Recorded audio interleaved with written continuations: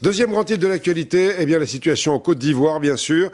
Hier, Nicolas Sarkozy décidait le regroupement sans délai des milliers de Français qui sont encore dans ce pays, en particulier à Abidjan, livrés depuis quelques jours au chaos, et dans le nord du pays aussi. Nouvelle réunion ce matin à l'Elysée, 150 soldats supplémentaires envoyés là-bas. L'armée française contrôle, vous le savez désormais, l'aéroport de la ville d'Abidjan pour permettre d'éventuelles évacuations. Il n'y a rien qu'à Abidjan, il y a plus de 11 000 Français.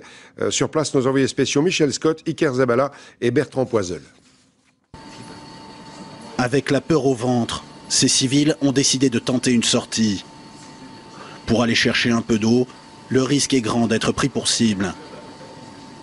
Sur les bords de la baie de Cocody, en plein centre, les tireurs embusqués sont nombreux. C'est dans cette atmosphère de tension qu'Yves Lamblin est bloqué ici depuis 5 jours. Directeur général d'une grande société dans l'agroalimentaire, ses collaborateurs sont éparpillés un peu partout en ville et personne ne parvient pour l'instant à aller les chercher. On ne peut pas circuler, vous avez vu que soit couvre-feu, soit pas couvre-feu, la circulation est impossible.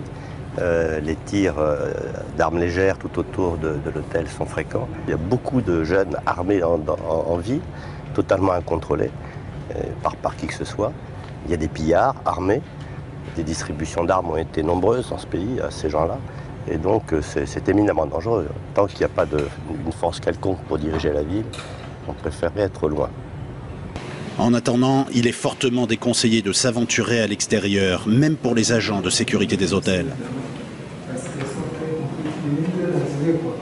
Le quartier du plateau où se trouve le palais présidentiel est toujours contrôlé par les militaires restés fidèles à Laurent Gbagbo, ainsi que les ponts sur lesquels seuls ces transports de troupes pro-Gbagbo circulaient encore ce matin, coupant de facto la ville d'Abidjan en deux.